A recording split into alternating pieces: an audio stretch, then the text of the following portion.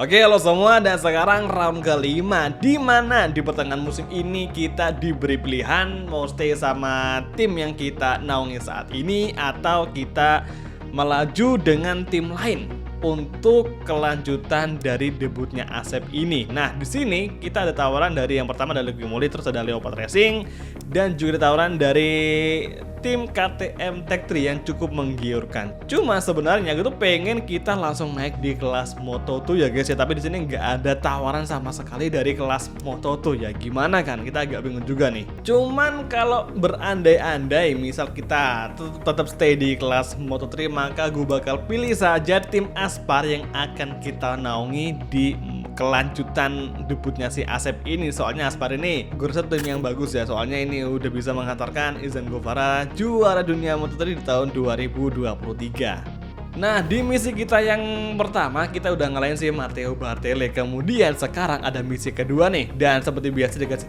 3 pilihan opsi dan satu hal yang ngebikin gue ngerasa tertantang, yakni di sini ada misi dengan opsi nama kontrak. Nah, dimana kontrak ini kita bakal berduel dengan Fauji ya untuk memperebutkan kursi dari Aspar ini. Nah, kira-kira Fauji sama Asep bakal menang siapa nih untuk ngerebutin kursi dari tim Aspar? Dan kemudian untuk yang kemarin tanya soal pengembangan, jadi untuk arah pengembangan dari tim Rivacult ini, yang pertama ya, gue tuh minta untuk ngembangin di bagian handling atau di bagian sasis agar motornya itu bisa lebih mudah dikendarai, soalnya gampang wobble gitu. Terus kemudian pertemuan kedua kita minta untuk mengembangkan motor ya di bagian mesin. Jadi untuk si Asep ini nge-request sama tim ningkatin performa mesin supaya lebih powerful lagi, dan sekarang kita masih minta di bagian mesin untuk diperbaikin lagi dan lebih dicepetin lagi agar diakselerasi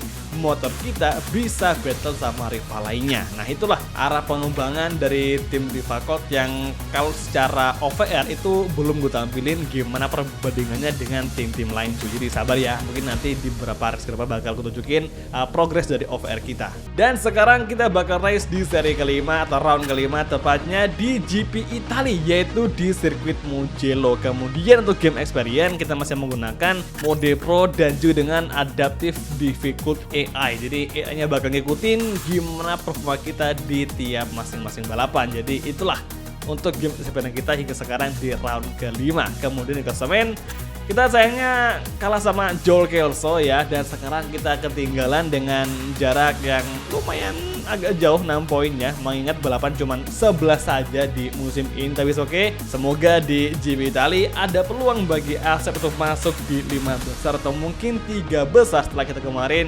kesulitan di 2 balapan terakhir. Gila, sesi kualifikasi benar-benar berbeda banget dengan sesi Q1 yang barusan kita jalani, karena sesi Q1 tadi tuh fastest lapnya ya kisaran angka 2 menit 4 detikan. Tapi saat ini di sesi kualifikasi kedua, fastest lapnya Jose Rueda itu 2 menit 1 detik. Gila, sejauh ini perbedaannya guys. Ya gue ngerti lah ini adaptive AI, tapi yang nggak sejomplang ini dong perbedaannya. Paling enggak ya perbedaannya lebih kenceng 0,3 atau mungkin 0,5, paling maksimal itu 1 detik lah. Ini enggak, gini 4 detik perbedaan gap antara Q1 sama Q2. Adaptive AI-nya nggak ngotak nih, terlalu kejauhan nih kayaknya. Mungkinkah ini bug yang muncul di sesi kualifikasi? Jadi kayaknya si Milestone perlu nge-fix in, memperbaiki nanti di beberapa waktu ke depan. Semoga aja. Good morning from Matt Burt at the Mugello circuit. We're live for one of the most impressive events of the entire championship. Let's move straight to the starting grid. There's very little time left until the start of the race. You can literally feel the tension. Today is a perfect day for racing. The sun is shining and temperatures are mild. Most of the riders unhesitatingly opted for medium tyres at the front and rear. Dan syukurnya balapan kali ini berlangsung dengan cuaca sunny atau cerah, tidak ada potensi untuk turun hujan di Italian Grand Prix. Dan Asep Surasep bersama Rivacult Sniper Team akan start dari urutan ke-18. Kita dibantai di sesi kualifikasi kedua, bahkan lebih lambat daripada Start of the pembalap Italian yang Grand finish Prix here kedua in Mugello is 3-4 just di a few sesi moments kualifikasi away, ke-1. and we'll see the Tapi race it's okay, powering semoga towards the San race kali Donato ini corner. ada kemungkinan bagi Gasly merebut posisi top 10 lah minimal untuk GP Mugello. Kalau gitu semuanya langsung saja kita mulai Italian Grand Prix Mugello Circuit round ke-5, it's on the way.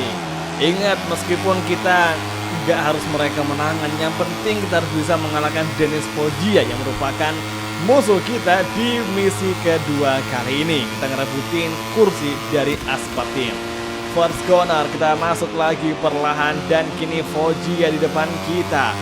Exit corner menuju tikungan kedua, masih Foggia di posisi ke-6 mencoba mendefense serangan dari Asep Surasep. Dan sekarang akhirnya mungkin karena sekarang cuaca panas, grip kita bagus nih untuk ngejar pembalap di barisan depan. Oke, tikungan keempat menuju tikungan kelima, Foggia masih di depan kita. Exit corner, di belakang masih ada beberapa ancaman. Entry corner kembali, Angel Piqueras melebar dan kini Foggia semakin dekati. Angel Piqueras bersama Asep pun yang mulai mendekati Denis Foggia.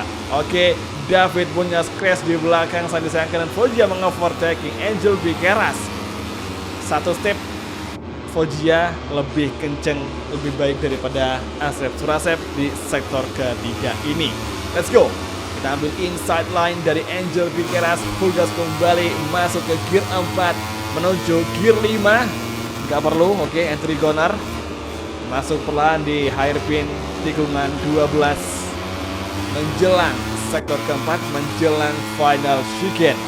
Lap pertama hampir usai dan Tayoforo Sato menjadi race leader, Grand Prix leader.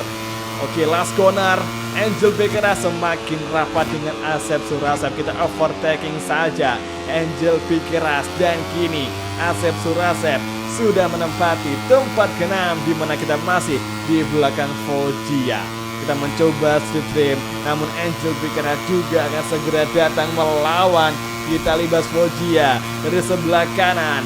Sanggupkah Asep melawan di braking zone San Donato? Masih Foggia mendefend serangan dari Asep Surasep. Foggia melebar, langsung saja Surasep manfaatkan mistake kesalahan dari Foggia. Tren kedua masuk perlahan lagi dan lagi. Foggia membuat sebuah sentuhan yang membuat Asep melebar. Terpaksa kita nge-shortcut melewati area run off.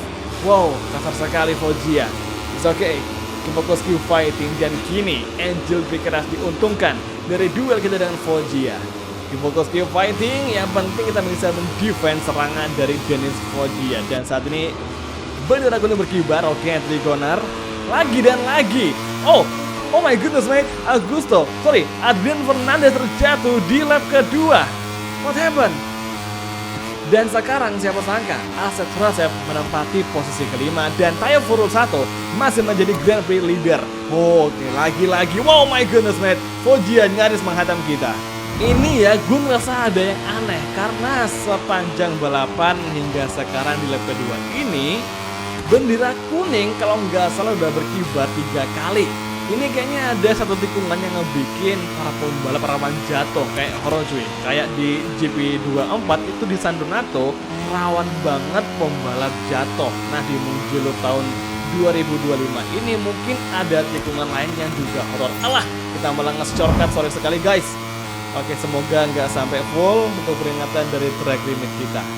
Last corner masuk perlahan dan kini siapa sangka Tayoforo Sato, pembalap asal Jepang, menjadi race leader di GP Italia saat ini. Dan sekarang gap kita dengan Tayoforo Sato terpaut 3,4 detikan dan gap kita dengan Foggia rapat. Foggia datang mengejar. Di belakang dia mencoba slipstream. Kita defend di sebelah kanan agar Foggia tidak mengovertaking dan di San Donato Surasep masih mampu mendefend serangan dari Denis Foggia. Oke, ternyata ada 2 riders yang keluar dari balapan. Yang pertama ada si Stefano Nepa dan yang kedua ada si David Almanza. 2 orang itu terjatuh di lap kedua tadi dan terpaksa out of the race. Kemudian Foggia masih di belakang kita. Tim fokus ke fighting. Hati-hati, Foggia kita menyerang lagi-lagi dengan cara yang cukup kasar. Foggia sangat berusaha keras untuk mempertahankan kursinya di tim Aspar, di mana Asep mencoba merebutnya dari Foggia. Oke, tikungan 6, tikungan ke-7 masih defense dari Foggia dan exit corner. Inilah dia tikungan ke-8 masuk perlahan. Masih Foggia di belakang dan exit corner. Inilah dia sektor ketiga di Italian Grand Prix. Lagi dan lagi sektor 3. Bendera kuning berkibar. Sepertinya sektor 3 lumayan horor. Tapi itu berapa? Oke, sekarang Foggia kita overtaking. Terpaksa kita mengalah dulu. Dan sekarang exit corner menuju tikungan hairpin alias tikungan ke-12. Tikungan hairpin masuk perlahan dan saatnya kembali mengancam Foggia di last sector. Dan kalau bisa di main straight nanti lap keempat kita bisa menyusul Foggia. Last weekend, momentum tepat, full gas kembali melangkah shortcut, ya ampun, lagi dan lagi. Oke, kita overtaking Foggia dengan sangat ciamik dari outside racing line. Kemudian di last corner, inilah dia battle antara Foggia versus Asep Surasep. Foggia versus Asep berebut kursi dari tim Aspar. Dan siapa sangka kompon ban depan soft kita mengalami degradasi yang sangat cepat sekali. Sekarang kondisi ban depan kita sangatlah memprihatinkan. Semoga saja tidak sampai membuat Asep Surasep terjatuh atau tergelincir di sisa race Moto3 Italia di sirkuit Mugello. First corner, Jose Antonio Rueda menjadi race leader sekaligus menjadi fastest lap of the race. Dan Taya Furusato masih stay di zona podium, tempatnya di tempat kedua. Dan Maximo masih di posisi ketiga dan Angel Becaras di posisi keempat dengan jarak sangat jauh. Dan sepertinya David Munoz dihukum long lap penalty. Oke, exit corner menuju tikungan ke-6. Foggia mencoba datang mengovertaking di braking zone. Oke, tikungan ke-6, tikungan ke-7 Foggia datang melawan. Asep masih mendefend dan saat ini di tikungan ke-8, 9 Foggia masih mencoba bersikeras melawan. Dan saat ini exit corner menuju tikungan ke-9, race lagi berkibar. What happened di belakang? Oke, gue tahu nih problemnya antara tikungan 8 sama tikungan 9 yang menjadi tikungan mematikan dan horor di Mugello 2025, guys. Kemudian top 3 di Jose Antonio Rueda, kemudian ada Taya Furusato sama juga ada Maximo Quiles yang melengkapi 3 besar. Dan Asep finish kelima tepat di depan dari si Foggia yang menjadi musuh kita di misi objektif kedua kali ini. Kemudian kita bakal cek ke bawah kira-kira siapa nih yang jatuh dan siapa nih yang not complete di balapan kali ini. Kita cek dulu dan sepertinya gila cuy, ada 7 riders yang not complete. Ini belum dihitung sama yang jatuh masih bisa rejoin. Ini yang not complete 7 rider. Munoz sampai si Buchanan, ini gila sih. Sebanyak ini.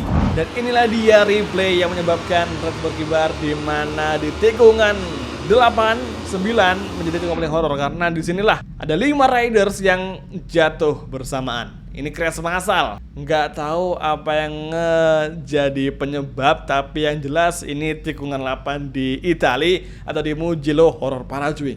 Antara bug sama emang ini kesalahan dari AI. Oke, kayaknya mereka terlalu dalam ngambil tikungan sehingga mereka melanggar curb yang harusnya curb di turn 8 itu nggak diinjek sama sekali oleh pembalap di GP25. Kemudian di klasemen akhirnya kita ngepangkas jarak dengan Joel Kelso menjadi 2 poin saja. Jadi ini merupakan hasil yang bagus meskipun kita nggak finish di zona podium karena kita bisa ngedeketin lagi puncak klasemen dari si Joel Kelso ya. Cukup puas dengan hasil balapan kali ini. Yang terpenting misi utama kita yakni mengalahkan si Foggia itu tuntas di GP Italia. Tinggal 2 balapan lagi. Semoga hasilnya bisa seperti ini. Jadi oke semua, kita nggak ada podium dan tapi udah cukup senang karena hasil di klasemen. Dan kalau gitu semuanya terima kasih sudah nonton. Sampai ketemu lagi di video MotoGP 25 Kadir. Untuk episode selanjutnya, thank you, bye dan ciao guys, sampai jumpa.